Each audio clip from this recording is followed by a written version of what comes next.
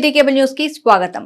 ప్రముఖ ధార్మిక వక్త ముఫ్తీ సల్మాన్ అజహరి ప్రపంచవ్యాప్తంగా ముస్లింలపై జరుగుతున్న దాడులను ఖండిస్తూ చేసిన వ్యాఖ్యలను కొందరు వక్రీకరించడాన్ని ముస్లిం సంఘాలు ఖండించాయి। గుజరాత్ జూనాగఢ్ లో గత నెల జరిగిన ఒక ధార్మిక ప్రసంగంలో ముంబైకి చెందిన ప్రముఖ ధార్మిక వక్త ముఫ్తీ సల్మాన్ అజహరి ప్రపంచవ్యాప్తంగా ముస్లింలపై జరుగుతున్న దాడులను ఖండిస్తూ చేసిన వ్యాఖ్యలను కొందరు ఇస్లాం ఫోబియా గ్రస్తులు ఆ వ్యాఖ్యలను వక్రీకరించి అన్యమతస్థుల భావోద్వేగాలను కించపరిచేలా వ్యాప్తి చేసే వారిపై అక్రమ కేసులు పెట్టి అరెస్టు చేయడాన్ని ముస్లిం జాయింట్ యాక్షన్ కమిటీ, ముస్లిం ఐక్యవేదిక మరియు ముస్లిం సంఘాలు ఖండించాయి। రాజుపేట షాదీఖానాలో ఏర్పాటు చేసిన మీడియా సమావేశంలో ముస్లిం సంఘాల నాయకులు మాట్లాడుతూ అక్రమ కేసులు పెట్టి అరెస్టు చేసిన వారిని వెంటనే విడుదల చేయాలన్నారు। ఈ కార్యక్రమంలో అహ్లే సున్నత్, షియా, అహ్లే హదీస్, తబ్లిగ్ జమాత్, జమాతే ఇస్లాం ఉల్మా ఆధ్యాత్మిక పండితులు, గురువులు, జైనుల్ ఆబిదీన్, అబ్దుల్ కరీం, రాషిద్, సమీ, షాహిద్ తదితరులు పాల్గొన్నారు। जो समंदर के किनारे वाक़ है डिस्ट्रिक्ट कृष्णा, यहाँ पर तमाम हमारे इस मोहब्बत भरे शहर से मुसलमान और तमाम दूसरे मज़ाहिब के भी लोग जमा हुए। असल में यहाँ जमा होने का हमारा मकसद ये है कि अल्हम्दुलिल्लाह हम हिंदुस्तान के आइन की, इस कानून की बड़ी इज़्ज़त करते हैं और हमें अपने देश से बड़ा प्यार, बड़ी मोहब्बत है और हमेशा इसके लिए तैयार रहते हैं कि आखिरी दम तक इसके लिए एक एक खून का कतरा बहाने हम तैयार हैं।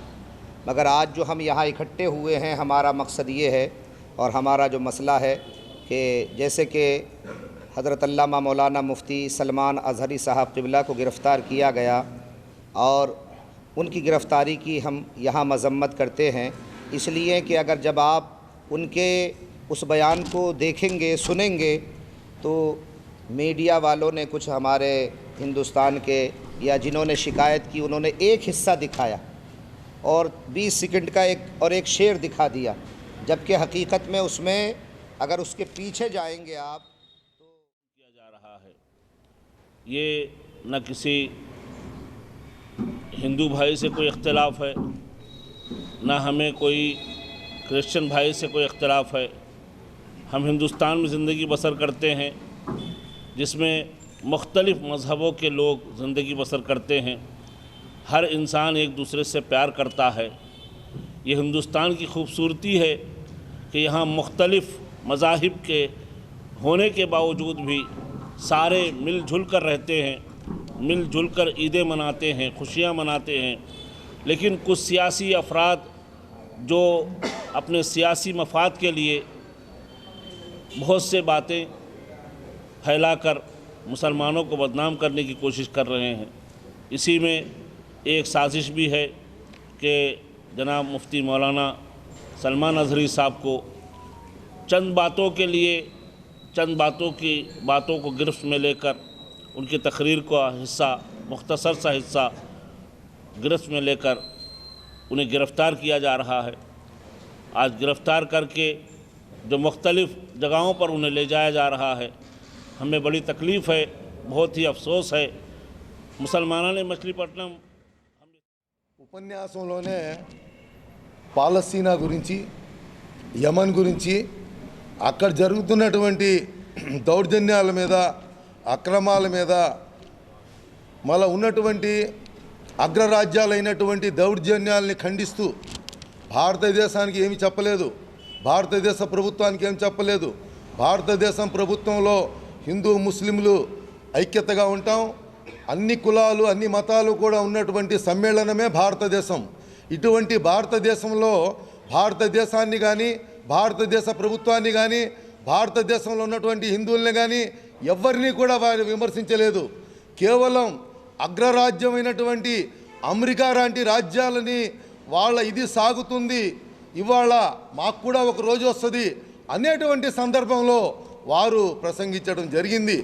దానిని ఈ రోజున అధికారంలో ఉన్నటువంటి బీజేపీ వీళ్ళు, ఆర్ఎస్ఎస్ వాళ్ళు, సంఘోళ్ళు వీళ్ళందరూ కలిసి వారి మీద అక్రమంగా కేసులు పెట్టి, అన్యాయంగా కేసులు పెట్టి, బాంబే నుంచి ఏటీఎస్ వాళ్ళతో, గుజరాత్కి సంబంధించినటువంటి ఏటీఎస్ వీళ్ళందరూ కూడా కలిసి దౌర్జన్యంగా అక్రమంగా తీసుకుని గుజరాత్కి తీసుకుని వెళ్ళడం జరిగింది। కాబట్టి భారతదేశంలో ఉన్నటువంటి ప్రతి పౌరుడు కూడా జనసేనలో చేరిన ఎంపీ వల్లభనేని బాలశౌరిపై మాజీ మంత్రి పేర్ని నాని చేసిన వ్యాఖ్యలను మచిలీపట్నం నియోజకవర్గ జనసేన ఇన్ఛార్జి బండి రామకృష్ణ తీవ్రంగా ఖండించారు।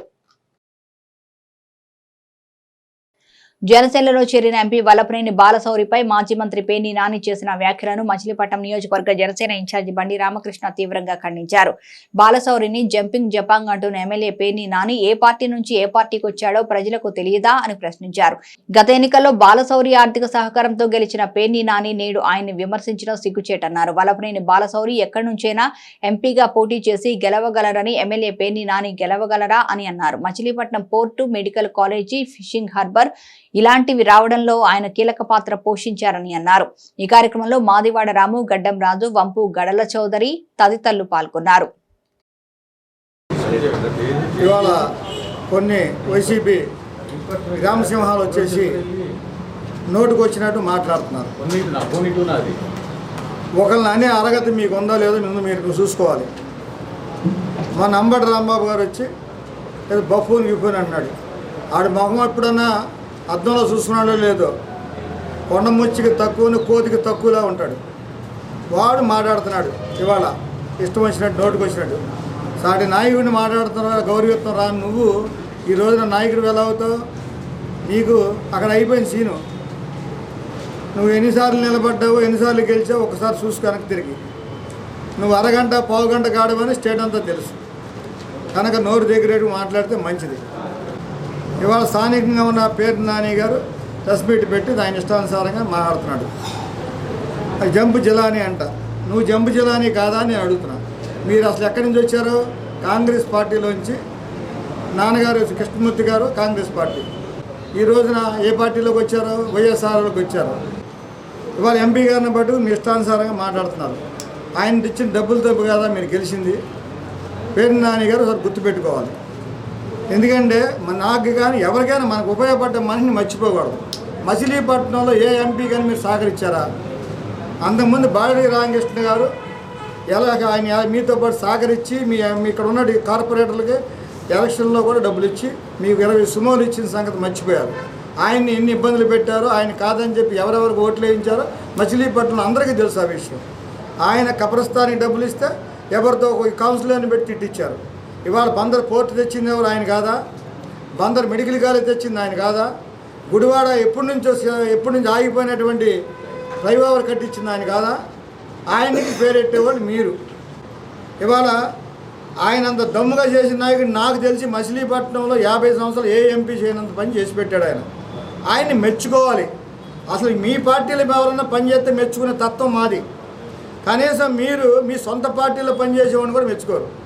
పట్టాభి సీతారామన్ ట్రస్ట్కి సైట్ ఇమ్మని ఆయన కౌన్సిల్లో పెట్టి శాంక్షన్ చేయమని ఎంపీ గారు చెప్పి నిధుల నుంచి మేము కేటాయిస్తాం, 43 లక్షల రూపాయలు యూనియన్ బ్యాంక్ నుంచి వచ్చినాయని చెప్పి అంటే ఆ సైట్ ఇప్పుడు వరకు కౌన్సిల్లో పెట్టకుండా దాంట్లో వైఎస్ఆర్ బిల్డింగ్ కట్టుకుంటున్నారు. ఇది అన్యాయం కాదా? ఇది ఇంతకంటే దుర్మార్గం కదా. పక్కన ఉన్నటువంటి మరి అంబేద్కర్ భవనాన్ని నిరుప్రయోజనంగా వదిలేశారు. దాన్ని నిర్మించాల్సిన అవసరం లేదా? అది వదిలేసి ఒక రాజమహల్ లాగా వైఎస్ఆర్ బిల్డింగ్ కట్టేస్తున్నారు. జంపింగ్ జపాంగ్ అంటున్నావు. నీ బతుకు బందరు దాడితే నీ బతుకు లేదు. నీకు దమ్ముంటే నువ్వు పక్క నియోజకవర్గాలకు గెలు. నువ్వు బందరు దాడితే బతకలేను వెదవి. నువ్వు కూడా మిగతా వాళ్ళ గురించి చెప్పి వల్లభనేని బాలశౌరి నియోజకవర్గాల మారిన గెలిచాడు. మరి నువ్వు గెలు, నువ్వు వెళ్ళు. మరి బందరు ఎంపీకి రా, చూద్దాం పని. ఒక మాట మాట్లాడేటప్పుడు నువ్వు స్థాయి గురించి మాట్లాడతావు. నీ స్థాయి ఏంటి? నువ్వు కుటుంబ విలువల గురించి మాట్లాడతావా? అసలు కుటుంబాల గురించి మాట్లాడే అర్హత నీకు ఎక్కడైనా ఉందా? ఒక్కసారి వెలుగు చూపిస్తే నువ్వు నీ తలకాయ ఎక్కడ పెట్టుకుంటావు? కాబట్టి కుటుంబాల గురించి, విలువల గురించి దయచేసి మాట్లాడబాబు. నువ్వేమైనా చేసింది నువ్వుగా చేసింది ఎమ్మెల్యేగా, పక్కన కూడా చేసిందని నీ ఖాతాలో పెట్టుకొని చెప్పుకోవడం కాదు. నువ్వుగా బందర ప్రజలకు ఏం చేసావు చెప్పుకో. నీ కొడుకుని నీకు చేతనైతే గెలిపించు. ఇప్పుడు నీకు అవకాశం వచ్చింది పార్లమెంట్ సభ్యుడిగా. నీ దమ్ముంటే బాలశౌరి గారి మీద పోటీపడి పార్లమెంట్ సభ్యుడిగా పోటీపడి నిలబడు. బాలశౌరి గారు ఊరికే కామెంట్ చేయడం కాదు, 4 సార్లు పోటీ చేశాడని. ఎన్ని సార్లు అయినా పోటీ చేసే దమ్ముంది ఆయనకి. నువ్వు ఇప్పుడు మాట తప్పడం నీకు అలవాటే కాబట్టి నీకు ధైర్యం ఉంటే బాలశౌరి మీద ఎంపీగా పోటీ చేయి. మొదట్లో అన్నారుగా, ఎందుకు అతన్ని బకరాన్ చేస్తారు? అవనిగడ్డ రమేష్ గారిని నువ్వు కదా పెద్ద రాష్ట్ర స్థాయి నాయకుడు కదా, ఆయన నువ్వు పోటీ చేసే దమ్ములు నీకు లేదు. నీ బతుకంతా కూడా పవన్ కళ్యాణ్ తిట్టి నువ్వు బతుకుతా ఉన్నావు. ఈ రోజున నీకు మంత్రి పదవి మళ్ళీ సప్లికేషన్లో మళ్ళీ రెండో తడ ఇవ్వటంలో ఖచ్చితంగా నాకు వస్తుందని చెప్పుకుని మీడియా వాళ్ళందరితో కూడా సంబరపడితే ఆఖరికి ఈసారి ఇచ్చేది ఉప ముఖ్యమంత్రి పదవి అని చెప్పేసి నువ్వు సంబరపడింది వాస్తవం కాదా? దాని మీదట అప్పుడు నీకు పదవి లేకుండా పోతే నన్ను దుర్మార్గంగా అన్యాయం చేశాడు, ఇంతమందిని తిడితే నన్ను నా బతుకు బజారు పాలు చేశాడని చెప్పి ఫోన్ ఇసిరేసి నేల కొట్టింది వాస్తవం కదా? నీ బతుకుని చెప్పాలంటే నువ్వు ఆఫ్లైన్లో ఎన్ని రకాలుగా మాట్లాడావు జగన్మోహన్ రెడ్డి గారిని. ఇసుక పాలసీ మీద, లిక్కర్ పాలసీ మీద దుర్మార్గంగా వ్యవహరిస్తూ ఉన్నాడు జగన్మోహన్ రెడ్డి గారు. దీనికి సమాధానం చెప్పుకోలేకపోతా ఉన్నాం మేము అని చెప్పి ఎంత దారుణంగా మాట్లాడావు జగన్మోహన్ రెడ్డి గారిని. నువ్వు బందర్లో బాలశౌరి గారు ఎవరు తెలియదా, బందర్లో కార్పొరేటర్ ఎవరు తెలుసా అని మాట్లాడుతూ ఉన్నాడు. నువ్వేం వెలగబెట్టా? జిల్లా ప్రెసిడెంట్గా ఉన్నావుగా. ఏ రోజున మండల జిల్లాలో ఏ మండలంకి వెళ్ళి ఒక మీటింగ్ పెట్టావా? ఏ మండలంలో ఏ ప్రెసిడెంట్ ఉన్నాడో నీకు తెలుసా? నువ్వు స్పాట్లో చెప్పగలవా? పలానా మండలంలో పలానా నాయకుడు ఉన్నాడు నువ్వు చెప్పగలిగే దమ్ము నీకుందా? నువ్వు చేసావు ఎప్పుడన్నా? ఓనర్ సెంటర్ దాటి వెళ్ళావు ఎక్కడికన్నా? ఎవడన్నా ఆక్రమించుకుంటాడు నువ్వు భయం. ఇక్కడ మాత్రం ఇక్కడే ఉంటావు, జిల్లా పార్టీ పదవి మాత్రం తీసుకుంటావు. మాటలు మాని ఎప్పటికైనా నువ్వు బుద్ధి తెచ్చుకుని నువ్వు ఇంటి దగ్గర ఆలోచన చేసి నువ్వు పౌరుషం గలడవైతే, నువ్వు పేరుని కృష్ణమూర్తి గారు వారసుడిగా నువ్వు రాజకీయాలకు వచ్చినవాడు అయితే నువ్వు బాలశౌర్యం మీద పోటీ చేయమని ఛాలెంజ్ చేస్తా ఉన్నావు. వాళ్ళు నీ దమ్ముంటే ఛాలెంజ్ చేస్తా ఉన్నావు, నువ్వు పోటీ చేయి. రమేష్ని కాదు, నువ్వు నుంచి పోటీ చేయి. బాలశౌరి గారి మీద పార్లమెంట్ సభ్యుగానో ఆయన మీద పోటీ చేసే దమ్ముంటే నువ్వు చేయి. ఆయన ఎక్కడైనా పోటీ చేసి దమ్ముంది. పనిమంతుడు, పని చేసి కృషి చేసి ప్రజలు మేలు చేసి ఎక్కడైనా పోటీ చేసే సత్తా ఉన్న నాయకుడు. పట్టణంలోని పలు స్వచ్ఛంద సంస్థలకు స్టార్ గ్రూప్స్ పలు రకాల నిత్యావసర సరుకులను వితరణగా అందజేశారు. 75వ గణతంత్ర దినోత్సవాన్ని పురస్కరించుకుని స్టార్ గ్రూప్స్ లోని విద్యార్థులు పేద ప్రజలకు సహాయాన్ని అందజేయాలని నిర్ణయం తీసుకోవడంతో విద్యార్థులందరూ కలిసి నిత్యావసర సరుకులను సేకరించారు. ఈ విధంగా సేకరించిన 2200 కిలోల బియ్యం, 225 లీటర్ల ఆయిల్, 180 కిలోల కందిపప్పును పట్టణంలోని వివిధ స్వచ్ఛంద సంస్థల ప్రతినిధులకు స్టార్ గ్రూప్స్ యాజమాన్యం విద్యార్థులతో కలిసి అందజేశారు. ఈ సందర్భంగా విద్యార్థులు మాట్లాడుతూ తమ వంతుగా పేదలకు సహాయం చేయడం సంతోషంగా ఉందని, తమలో ఈ సేవాభావం నెలకొల్పిన ఉపాధ్యాయులకు వారు కృతజ్ఞతలు తెలియజేశారు. విద్యార్థుల్లో చదువుతో పాటు సేవాభావాన్ని పెంపొందించడం ఎంతో అవసరమని, స్వార్థ ప్రయోజనాలే కాకుండా తోటి వారికి సహాయం చేయడం వల్ల విద్యార్థుల్లో సమాజం పట్ల బాధ్యత పెరగడమే కాక అందరినీ సమానంగా చూసి వ్యక్తిత్వం అలవడుతుందని స్టార్ కళాశాల డైరెక్టర్ శ్రీరామ్ తెలియజేశారు. తమ స్టార్ గ్రూప్స్ ద్వారా ఈ విధమైన సేవా కార్యక్రమాలు ఎన్నో నిర్వహించడం జరుగుతుందని, వీటికి సహకరిస్తున్న విద్యార్థుల తల్లిదండ్రులకు ఆయన కృతజ్ఞతలు తెలియజేశారు. ఈ కార్యక్రమంలో స్టార్ గ్రూప్స్ ప్రతినిధులు అయ్యప్ప స్వామి, ఆదిత్య, పలువురు ఉపాధ్యాయులు, సేవా సంస్థల ప్రతినిధులు పాల్గొన్నారు. రిపబ్లిక్ డే సందర్భంగా రైస్ డ్రైవ్ అనేది స్టార్ గ్రూప్స్ అధినేత శ్రీరామ్ గారి పిలుపు మేరన విద్యార్థులకు చదువుతో పాటు సమాజంపై అవగాహన కల్పిస్తూ అలాగే సేవాభావాలని లక్ష్యాలని ముందుగా అలవాటు చేయాలనే ఉద్దేశంతో ఈ సోషల్ రెస్పాన్సిబిలిటీ పెంపొందించే విధంగా ఈ రైస్ డ్రైవ్ కండక్ట్ చేయడం జరిగింది. ఈరోజు ఆ రైస్ డ్రైవ్ అనేది స్టార్ కాలేజీ తరపు నుంచి, అలాగే సన్ స్టార్ స్కూల్ తరపు నుంచి, స్టార్ డిగ్రీ కాలేజ్ తరపు నుంచి, అలాగే స్టార్ అకాడమీ తరపు నుంచి మా పూర్వ విద్యార్థులు అందరి సహకారంతో, మా తల్లిదండ్రుల సహకారంతో, అలాగే మా స్టూడెంట్స్, మా ఫ్రెండ్ సర్కిల్ అందరి సహకారంతో ఈ కార్యక్రమాన్ని కండక్ట్ చేయడం జరిగింది. మేము అనుకున్న దానికన్నా చాలా గొప్పగా ఈ కార్యక్రమం అనేది ఈరోజు జరగడం మాకు చాలా ఆనందంగా ఉంది. ఈ కార్యక్రమానికి మన కృష్ణా జిల్లా ఆర్డీఓ అయినటువంటి వాణి గారిని చీఫ్ గెస్ట్గా రమ్మనటం, అలాగే ఆ వాణి గారు ఆర్డీఓ వాణి గారి చేతుల మీదుగా ఈరోజు మచిలీపట్నంలో సహాయ ఫౌండేషన్ అనే ఒక మంచి సేవా కార్యక్రమంగా సేవా క్యాంటీన్ని ఏర్పాటు చేయటం, ఆ సేవా కార్యక్రమంలో పేదలకి వాళ్ళు రోజు. అందరికీ నమస్కారం అండి. ఇవాళ స్టార్ విద్యా సంస్థలు కండక్ట్ చేసిన ఈ rice drive for republic day programme సక్సెస్ఫుల్గా కంప్లీట్ అయ్యింది. స్టార్ విద్యా సంస్థలందరూ రైస్ 2172 kgs ఆఫ్ రైస్, ఇంకా 225 లీటర్స్ ఆఫ్ ఆయిల్, ఇంకా 108 kgs ఆఫ్ దాల్ని మేము కలెక్ట్ చేశాము. ఇదంతా ఇనిషియేట్ శ్రీరామ్ సార్ ఇంకా స్వామి సార్ ఆదేశం మేరకు, మా డైరెక్టర్స్ ఆదేశం మేరకు ఇది ఇవాళ ఇంత చక్కగా కంప్లీట్ చేసుకొని దీనికి కృషి చేసిన స్టూడెంట్స్ ఇంకా పేరెంట్స్ అందరికీ మేము థ్యాంక్ యూ చెప్పుకుంటూ, ఈ కలెక్ట్ చేసిందంతా పేదలకి అట్లానే మా నుంచి మంచిగా ఇది డిస్ట్రిబ్యూట్ అవ్వడానికి, ఇంకా చక్కగా అది వాడటానికి మేము వాడాలని మేము కోరుకుంటున్నాము. మేమందరం చక్కగా ఇది కలెక్ట్ చేయడానికి అందరూ చాలా యాక్టివ్గా పార్టిసిపేట్ చేసి స్టార్ కాలేజ్ క్యాంపస్, అలానే స్కూల్ క్యాంపస్, అలానే డిగ్రీ క్యాంపస్ అందరం యాక్టివ్గా పార్టిసిపేట్ చేసి ఇదంతా కలెక్ట్ చేసి. కృష్ణా జిల్లా కాంగ్రెస్ పార్టీ నూతన కమిటీని జిల్లా అధ్యక్షుడు వింతా సంజీవ్ రెడ్డి ప్రకటించారు. కృష్ణా జిల్లా కాంగ్రెస్ పార్టీ నూతన కమిటీకి జిల్లా అధ్యక్షుని ప్రకటించి వారికి నియామక పత్రాలను అందజేశారు. ఈ సందర్భంగా ఆయన మాట్లాడుతూ పాత కొత్త అభ్యర్థులతో ఈ నూతన కమిటీని రూపొందించడం జరిగిందని, పదవులు పొందిన వారు అందరూ కాంగ్రెస్ పార్టీ బలోపేతానికి కృషి చేయాలని ఆయన సూచించారు. పీసీసీ అధ్యక్షురాలుగా వైఎస్ షర్మిలారెడ్డి బాధ్యతలు చేపట్టిన నాటి నుంచి కాంగ్రెస్ పార్టీలో నూతన ఉత్తేజం వచ్చిందని ఆయన పేర్కొన్నారు. గత 10 సంవత్సరాలుగా కేంద్ర ప్రభుత్వం ఆంధ్రప్రదేశ్ కు ప్రత్యేక హోదా ఇవ్వకుండా మోసం చేసిందని, కనీసం రాష్ట్రంలో అధికారంలో ఉన్న పార్టీ కూడా కేంద్ర ప్రభుత్వాన్ని తమకు రావాల్సిన హక్కుల గురించి ప్రశ్నించకపోవడం శోచనీయమన్నారు. రానున్న కాలంలో కేంద్రంలో కాంగ్రెస్ పార్టీ అధికారంలోకి రాగానే రాష్ట్రానికి రావాల్సిన అన్ని హక్కులు సాధించడం జరుగుతుందని ఆయన పేర్కొన్నారు. అధికారంలో ఉన్న వైసీపీ పార్టీ రాష్ట్ర హక్కులపై పోరాటం చేయకపోగా ఆ హక్కుల సాధన కొరకు ఢిల్లీ స్థాయిలో పోరాటం చేస్తున్న షర్మిలపై విమర్శలు చేయడాన్ని ఆయన తీవ్రంగా ఖండించారు. కాంగ్రెస్ పార్టీలో కష్టపడి పనిచేసిన ప్రతి ఒక్కరికి తగిన గుర్తింపు ఉంటుంది అని, పదవులు పొందిన వారందరూ పార్టీ అధికారంలోకి వచ్చే విధంగా కృషి చేయాలన్నారు.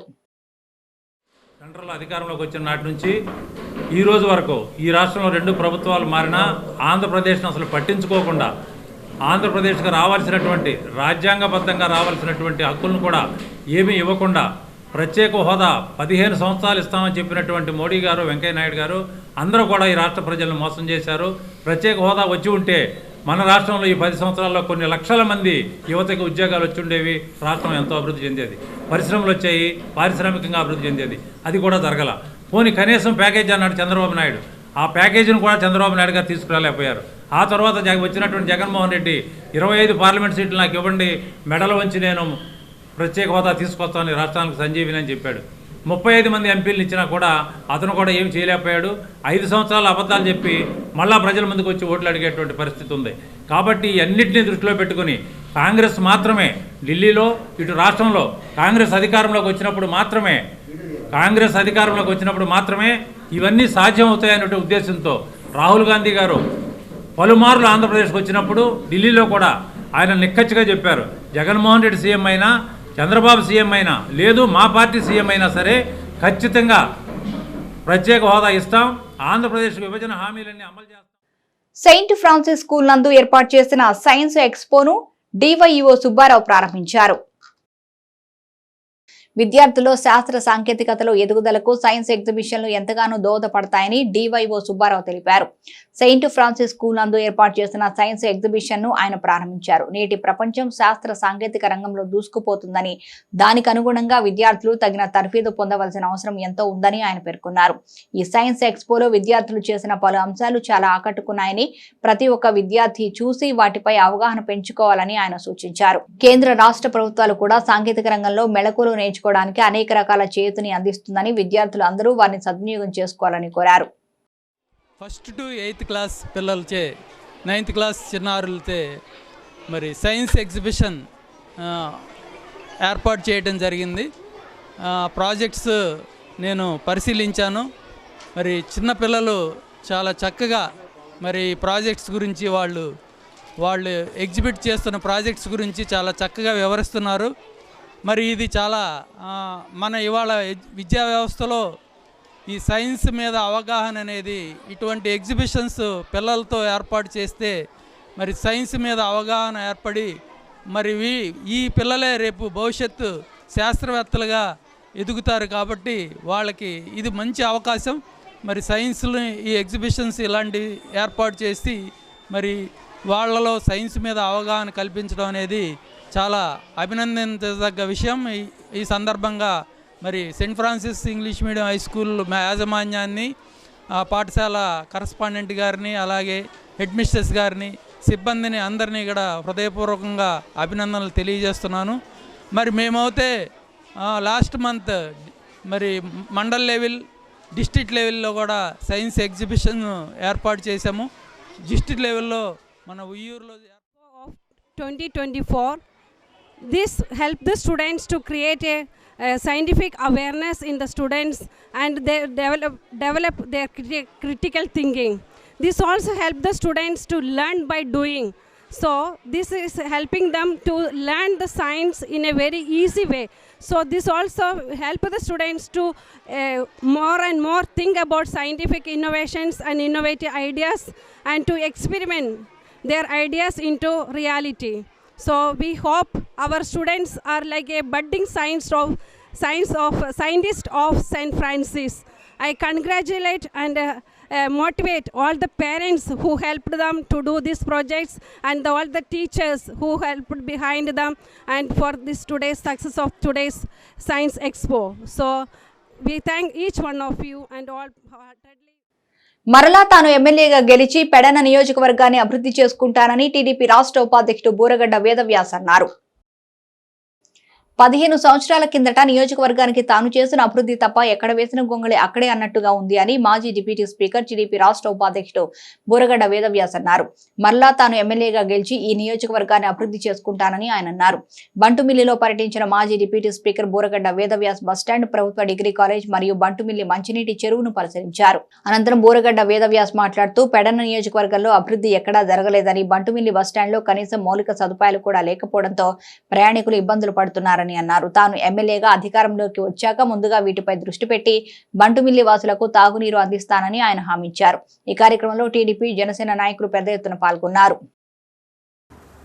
గతంలో నేను శాసనసభ్యుడిగా ఉన్నప్పుడు అనేక అభివృద్ధి కార్యక్రమాలు నేను చేశాను. ప్రత్యేకంగా ఇప్పుడే మనం బంటుమిల్లి బస్టాండ్ చూసాం, డిగ్రీ కాలేజ్ చూసాం, అలాగే మంచినీటి మరి స్కీమ్ చూసాం. ఈ బంటుమిల్లి బస్టాండు అప్పుడు నేను శాసనసభ్యుడిగా ఉండగా ఇది హెడ్ క్వార్టర్సు, ఇక్కడ ఒక బస్టాండ్ కావాలి, ఇటు కింద కుర్తువెన మండలానికి కానీ, ఇటు గుడివాడైపు కానీ, ఇటు బందరికి కానీ ఇది సెంటర్ పాయింటు.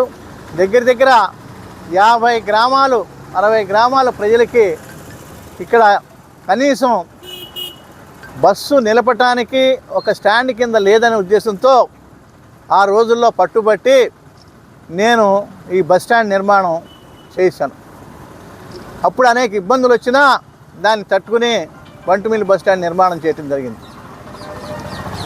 ఆ తర్వాత ఎవరు కూడా దీనికి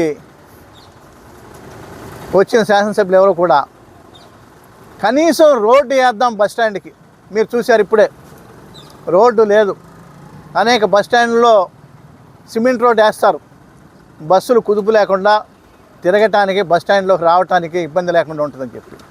అటువంటిది 10 లక్షలు 20 లక్షలు ఖర్చు పెట్టి కనీసం ఈ బస్టాండ్కి రోడ్డు కూడా ఎవరు కూడా ఇంతవరకు చేయలేదు. అంటే నేను దూరదృష్టిలో అభివృద్ధి గురించి బస్టాండ్ కడితే కనీసం 15 సంవత్సరాల్లో పట్టుమని 10 లక్షలు ఖర్చు పెట్టి బస్టాండ్కి రోడ్డు కూడా వేయలేకపోయారు. కనీస వసతులు, ఫ్యానులు లేవు. ఇప్పుడు చూశాను ఫ్యానుల్లో వచ్చేది వేసవికాలం.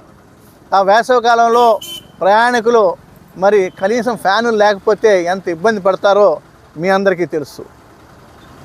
పైపెచ్చు ఈ రాబోయే సమ్మరు వేసవికాలం చాలా తీవ్రంగా ఉంటుందని చెప్పి కూడా శాస్త్రవేత్తలు హెచ్చరిస్తున్నారు. అదేవిధంగా మంచినీటి సౌకర్యం కూడా లేవు. ఆ మంచినీరు తాగేదానికి వెళ్ళి చూస్తే అక్కడ అసలు మంచినీరు తాగుతారా అని అంత చండాలంగా ఉంది. కనీసం దాన్ని శుభ్రం చేయడానికి కూడా మరి ఎవరు కూడా ప్రయత్నం చేయలేరు. ఈ విధంగా మనం మాటలు చెప్పడమే కానీ అభివృద్ధి చేశామన్న దానికి దాఖలాలు ఎక్కడా కూడా లేవు. నేను అభివృద్ధి చేశాను ఆ రోజున, మళ్ళీ అభివృద్ధిని ఎవరూ కూడా కంటిన్యూ చేయలేకపోయారు. అదేవిధంగా డిగ్రీ కాలేజ్ ఆ రోజుల్లో బలరామునిపేటలోని యతిరాజ భవనంలో 3 రోజుల పాటు శ్రీమద్ భాగవత సప్తాహం నిర్వహిస్తున్నారు. త్రితండిచ్చిన శ్రీమన్నారాయణ రామానుజాచార్య స్వామి దివ్య మంగళ శాసనమునతో బలరామునిపేటలోని యతిరాజ భవనంలో శ్రీదేవి భూదేవి సమేత కళ్యాణ వెంకటేశ్వర స్వామి దేవస్థానం నందు 3 రోజుల పాటు శ్రీమద్ భాగవత సప్తాహం నిర్వహిస్తున్నారు. సాహిత్య శిరోమణి డాక్టర్ మరింగంటి వెంకట తిరుమలిసై ఆళ్వార్ స్వామిచే ఈ కార్యక్రమం ప్రతి నిత్యం ఉదయం 9:30 నుంచి మధ్యాహ్నం 12 గంటల వరకు, సాయంత్రం 6 గంటల నుంచి 8 గంటల వరకు జరుగుతుందని నిర్వాహకులు తెలిపారు.